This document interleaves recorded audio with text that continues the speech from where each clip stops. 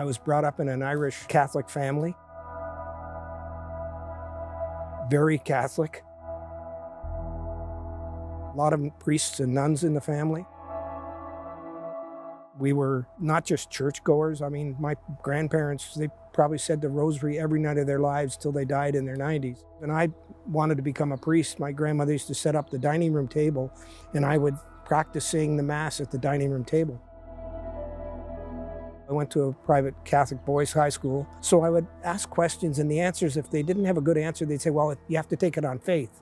And that wasn't doing it for me. One of the things that sort of troubled me was the role of Jesus, peace be upon him, as the Son of God. If God's God, why does he need a son?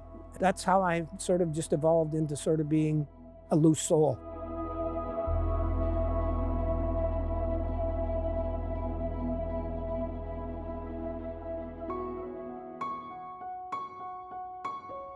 For me, two of the things that I thought, one, I like simplicity in a religion. It's not about the pomp and ceremony. It's not about the gold and the stained glass windows and the statues. It's about God.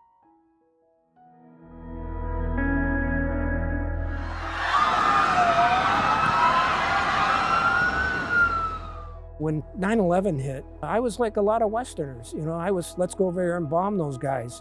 But it was something that didn't fit for me, because I would hear these imams get on the news and talk about this isn't Islam, this isn't the way that Islam is intended to be. And so that started my brain going around about it. I thought, well, I'm going to read this Quran and see what it's about. And I started reading it, and then I put it away, and I left it for several years. And then with all that took place with ISIS and the Taliban, I got interested again. My doctor happened to be a Muslim, Dr. Raza Khan. So he came in approximately summer 2009 into our practice, and that's when I formally became his family physician. He had mentioned that he was very disturbed about 9/11, and that first, he wanted to get up his pitchfork like everybody else and go bomb Afghanistan. Dr. Khan invited me to dinner at his place. We sat and talked for maybe a couple of hours. I was impressed because his wife came and signaled to me, said, do you mind excusing me while I go to pray? And I thought, well, this is interesting. He made the funny comment that he found, reading the Quran, he found the text quite disjointed, and he thought it's almost as if a drunk had written this book. And I just chuckled when I heard that. I suggested to him, if you want, why don't we go for coffee or something sometime? He said, I have a book that you might find interesting. And he gave me the book, Life of the Prophet by Martin Lings. And that was great. He said, the other thing is the Quran you're reading is not the best version. Number one, it doesn't have a commentary. And number two, it's not a very good translation.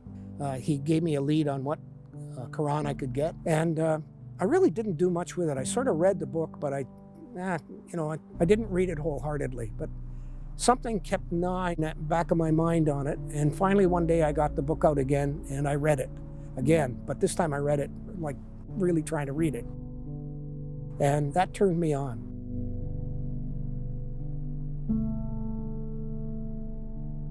And I read the whole Quran with the translation, with the commentary, which helped explain it to me better. And those things piqued my interest. That's how I got started. As a child, as a young Catholic boy, I was pretty emotional about my prayers. And I couldn't find that warmth. And when I read about people becoming Muslim and they read or heard someone reading the Quran, they broke down and cried, became a Muslim. I can't understand that.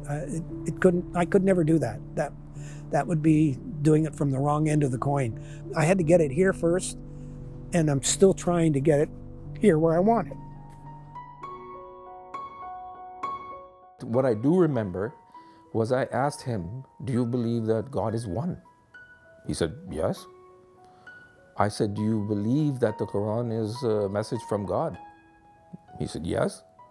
I said, do you believe that Muhammad is a messenger of God? He said, yes.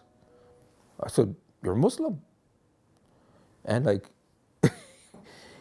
it wasn't going to be that easy. If these things create questions in my mind, I need to explore them. I can't just calmly sit by and say, oh, well, I accept it on faith. That was one of my criticisms of my Catholic faith, was that every time I got something that was a challenge, I got, well, you have to accept it on faith.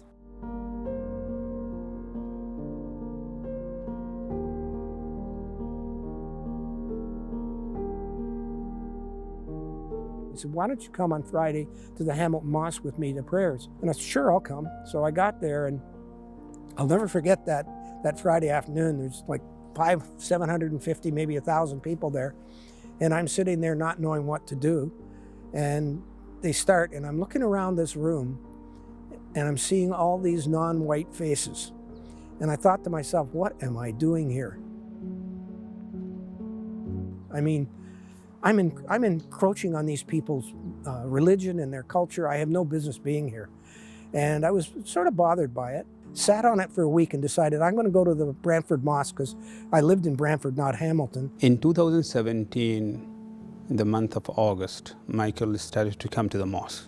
So first impression he gave us that he is interested in learning about Islam, and he has lots of questions, of course. So every time he asked me questions, I used to give him, okay, there are 2 opinions, 3 opinions, 4 opinions. And he said, why there are so many opinions? And this is one of the struggle area, according to my understanding, that to understand the diversity of Islamic culture, Islamic understanding within one book, one religion. And it took a while for him to understand. One good thing about Mike is that if he could not understand, or my logic was not very convincing, he would still challenge you. He will still ask you different questions to get clarified. You know, it wasn't just me teaching him. I was learning from him as well. He would ask the kind of questions that I said, whoa, I never thought of that. That makes so much sense. And he, you know, I was learning too from him. For example, he gave the idea of dogs, like it's kind of discouraged for a Muslim to own a dog. He said, well, why? Like, if that's the case, then I could have my dog in my house and the angels aren't going to come and see the bad things I'm doing. You know, he would put it in those kind of strange, quirky things that you never think about, right? You just kind of accept that, yeah, okay, well, something about dogs. And he was not the kind, like, he took his time. He didn't just say blindly, oh yeah, I believe in one God, I'm a Muslim. He took his time. This is such a monumental decision, to change your entire playbook and to replace it with a completely different one that is very foreign to what you're used to. I would tell him something. I would say, well, you know, alcohol is discouraged, it's forbidden in Islam. And to my shock, he tells me, okay, well, I have about $1,000 worth of alcohol in my cupboard. He asked me, well, can I just give it to somebody?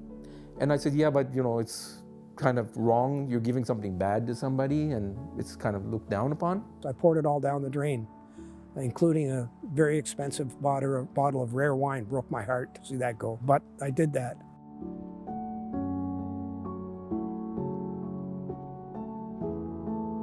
If I'm going to consider this as a way of life for me, I'm going to really have to experience the life of a Muslim. He was adopting Muslim habits and traits and mannerisms even before he had taken his Shahada formally. He was fasting optional fast, nafil fasts, even before he had accepted Islam formally. He was doing the fast of Arafat. I wasn't even fasting Arafat. I said, oh my God, you're making me look bad, Mike. He was doing stuff that Muslims are supposed to do that I wasn't doing. I felt so ashamed. So then I started saying, well, if Mike's doing it, I better do it too. One of the key points he showed us from the beginning is this. He would like to practice Islamic rituals before he is ready to accept Islam. Usually it's opposite. People come to learn about Islam, then they start practicing or joining some rituals.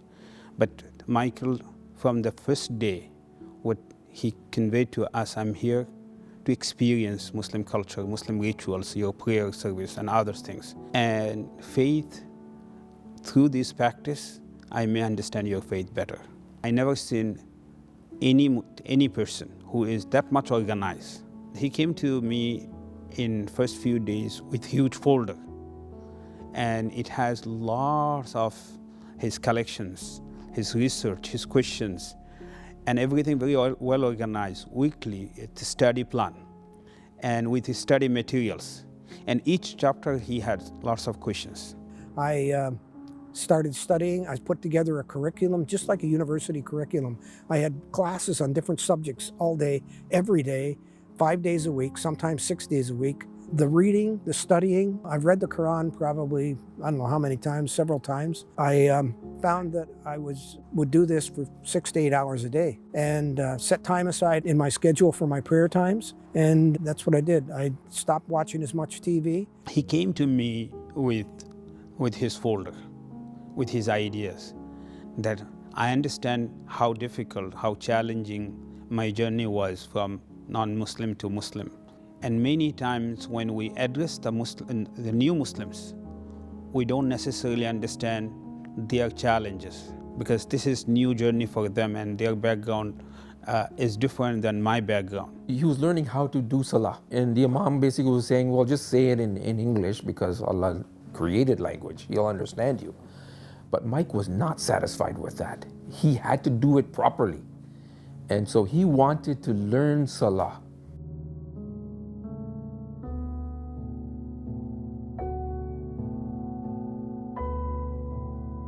How to say La ilaha illallah Muhammad Rasulullah. Dr. Khan's son, Hamza, volunteered.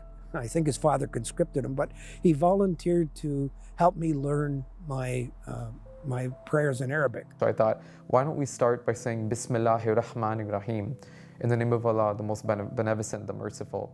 And that was the very first thing that I taught Brother Mike on the very first day I sat down with him. I remember he would have minor pronunciation mistakes, but I would ignore that because he already said Bismillahir Rahmanir Rahim in the most beautiful way as he could. And I encouraged him. Afterwards, I started teaching him the other phrases, praises be to Allah, Alhamdulillah, glory be to Allah, and how to do dhikr, which is remembrance of Allah on the prayer beads, even seeking forgiveness from Allah. Afterwards, I taught him the different surahs of the Quran. He knows, mashallah, Surah Fatiha, Surah Ikhlas, the small surahs, essentially. He did pretty much everything on his own. Let me tell you, he didn't just meet for me with an hour on Saturday or Sunday to do it. He recorded iTunes videos of the prayers word by word. And then he would say them slowly, word by word. Then he'd say them at normal speed. And he did it ayah by ayah so that I could. And then we'd meet on Saturday and we'd go through them. He'd help correct me. And then I started praying in Arabic.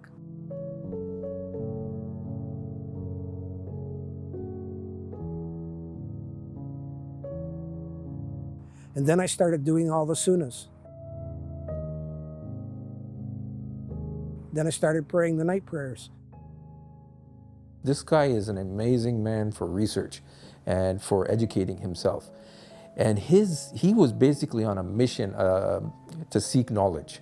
And I think personally, mashallah, this is how Allah, sorry.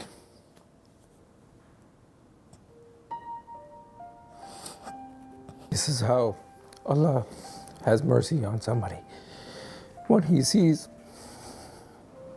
that somebody is making an effort to seek knowledge.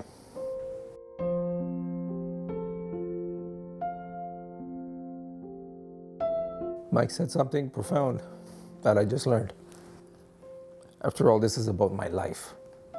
This is about my soul. And you know what? He's absolutely right. We only live in this world once. We have one go at it, and we gotta get it right. Because one day we're going to die, and then we hand in our exam paper. And Mike was at a stage in his life. He was down, he was looking for answers. It was like a perfect storm, I guess. But Allah is the one that shapes and fashions the situations around somebody where he comes to the realization that he has to find the meaning of his life. I made a plan that said, I will try this until the end of the year. By December 31st, I need to make a decision, a no-go decision. Is this right for me? Is it wrong? But what I found as I went along, two things happened. The more I prayed, the more I found myself drawn into the religion. And the more I found my life changing, my behavior changed. And so I would go to a Fajr breakfast with the brothers, and they would get on my case. You should do your Shahada. You should do your Shahada. You're a Muslim. You're a Muslim. I said, I'm not a Muslim because I'm not convinced. I need time.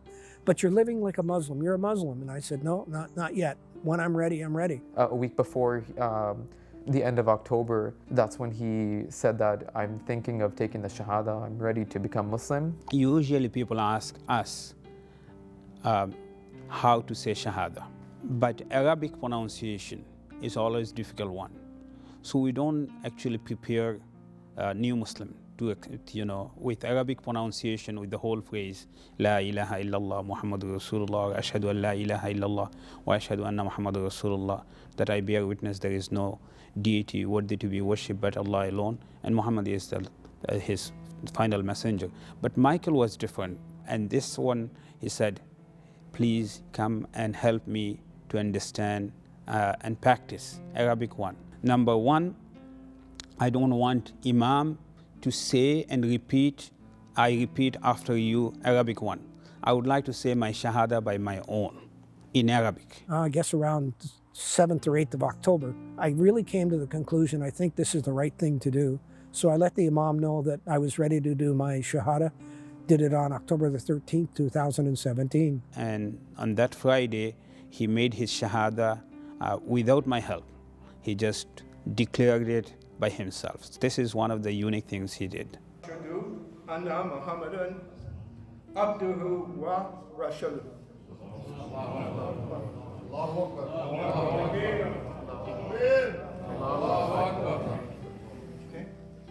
In English? Yes. I bear witness that there is no God except Allah, and I bear witness, and He alone has the right to be worshipped. I bear witness that Muhammad is His slave and messenger. Takbir. Allah. Takbir. I was overwhelmed that day. I said, wow, like this is actually happening, because I've never been a part of anybody's life up to that point in their transformation to become a Muslim. And I watched Mike continue his journey. Dr. Raza Khan, he's been my mentor. And if it wasn't for him, I'm sure I would not be here today.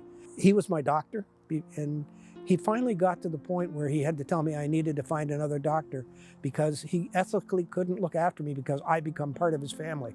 He invited me to be a witness at his daughter's wedding. His family have been so good to me. His parents, I mean, it's like my family.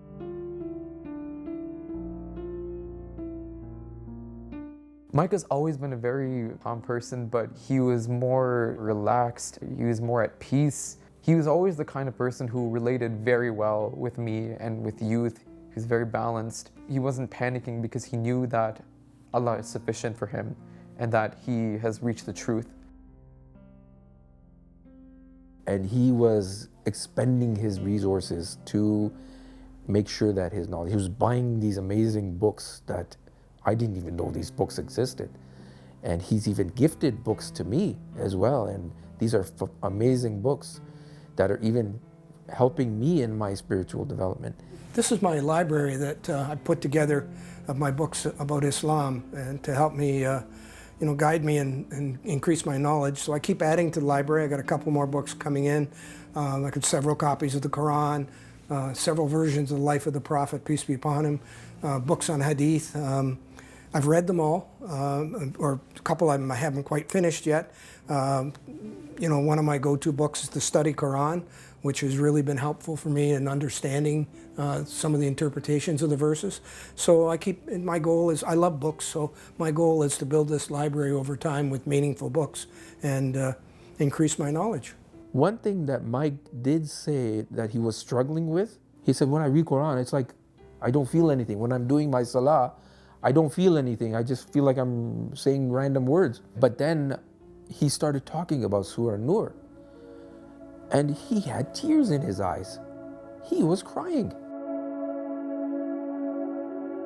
And I was like, wow, this is crazy. This is amazing. I told him, you are connecting with Allah. It is happening. And when he would talk about Quranic ayahs, certain Quranic ayahs, he would start to get tears in his eyes. And you know what? It's one thing just to memorize a bunch of words and a bunch of theories and a bunch of knowledge. But it's another thing to connect with your Creator.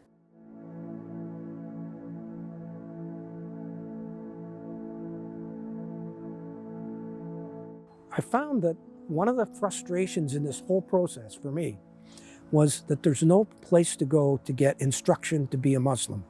And that was really, really frustrating. And in fact, I almost gave it up a couple of times because I felt like it wasn't, like the imams that I met were very helpful, but they weren't giving me true instruction. And so I came to the conclusion that if I want to be a Muslim, if I want to follow this up, I think Allah's put the first challenge in front of me. And that He says, it's up to you, that this is a self-education process. So if you want to become a Muslim, you have to take the initiative, and that's what I did.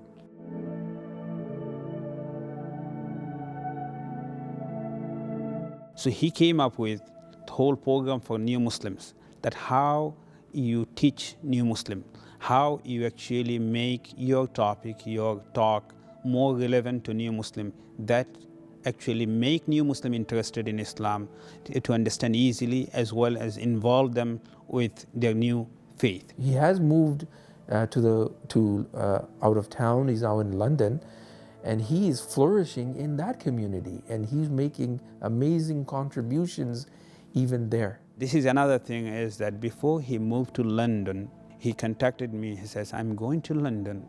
Can you connect me with any imam in London, so I could be connected with the Muslim community? So this is another beautiful thing I experience in him, is that many new Muslims, they accept Islam and they go by themselves because of the reality of life.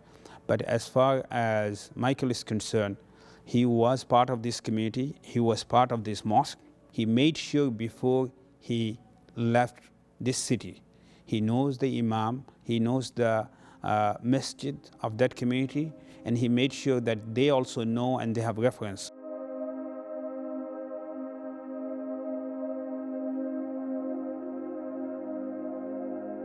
Initially, he would come for prayer, especially the Dhuhr prayer. But then eventually there was some social gatherings, the Tuesday halaqa with the imam, it's coffee with the imams, who would be more involved. And every time we would organize something in the masjid, he would be willing to participate, something like a potluck. He would always bring food. He always, once we had a workshop or any different workshops, he would participate as well, to learn and share his ideas, share his opinions. He actually made a business proposal, because I think that's his background, right? He made a business proposal, and then he gave it to the board, and it got approved. And then, mashallah, it went on. And then I remember the first meeting we had, it was at the masjid. So, mashallah, it was a very good initiative. And he found out that if there's no programs that fulfill what he needs, he actually took the initiative, and he went on and he created this initiative. I try to be as involved as I can. I wanted to try and start a program, and I still want to do it for reverts.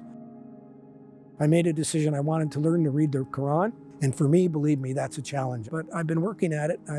My brother Saul has helped me. We do video conferencing. I have to read a surah or ayah in the Quran. He reads it back to me. Then we read the English and discuss it. And we've been working our way through that. Brother Michael he knew already the alphabets and knew how to read them and so on. He has the patience of Job, I'll tell you, because I would have shot me before now.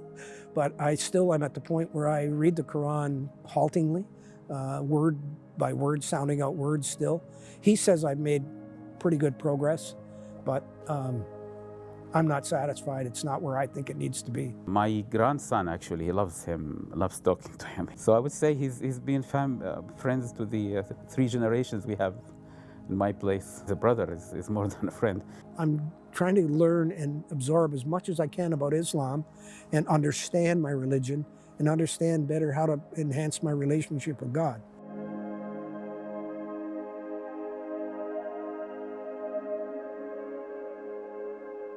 I sometimes question myself, I literally say to myself, am I kidding myself here? Am I sincere enough? Is Allah even hearing my prayers? Sorry, but that bothers me. Sometimes I feel like I don't do my prayers well enough. I find my mind wanders, and then brothers tell me, oh, that happens to everybody.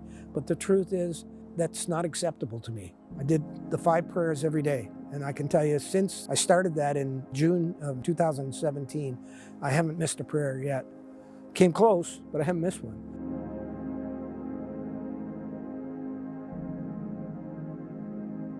I look at it this way. When I reverted, I was 73 years old. I'm 75 today. To think of me making this change in my life, a radical change in my life at that age, is something that I don't think is really that common. Because if we look at what happens in our lives, we build belief systems. So when people think I'm crazy, you have to understand I had that belief system, but something changed in me that really said, hey, and this took 40 years, that belief system maybe isn't as solid as you think it is, and it began to fall apart because it wasn't solid enough. It was artificial in a way. And so, that's, to me, I've started building a new belief system, and I'm building it one leg at a time. And I'm doing it on my terms. I'm not having someone else force it onto me. It's not that I was brought up to be Muslim. I've made a choice to be Muslim. So, I'm taking it a step at a time. I actually had a young man I helped recently who reverted. And the first thing I would tell him is what I was told. Learn about the story of the Prophet, peace be upon him. That's where to start. That will help bring it all into focus for you. Because if you start with other stuff, it's confusing. So I would tell them that. And then I would tell them to get some mentors. I'd be glad to help them. Or if there's someone they know or trust in the mosque, get someone that's knowledgeable, and don't be shy about asking them for help. And sit down with the imam and try to lay out a program for yourself. Get someone that knows Islam to help give you some guidance on the things you want to research and understand. And it's not a race. This is not a 100-yard dash. This is a lifetime marathon. One of the things that if everybody knew how welcoming Islam is, we would not have Islamophobia. Because it's just welcome me with open arms. I've never met anyone that has been less than welcoming. All we hear in the media about all that goes on in other parts of the world is distorted. It's a distortion about Islam. And I wish that there was some way we could get the message out that is not Islam. Islam is a loving, caring religion. And it focuses on one thing, Allah.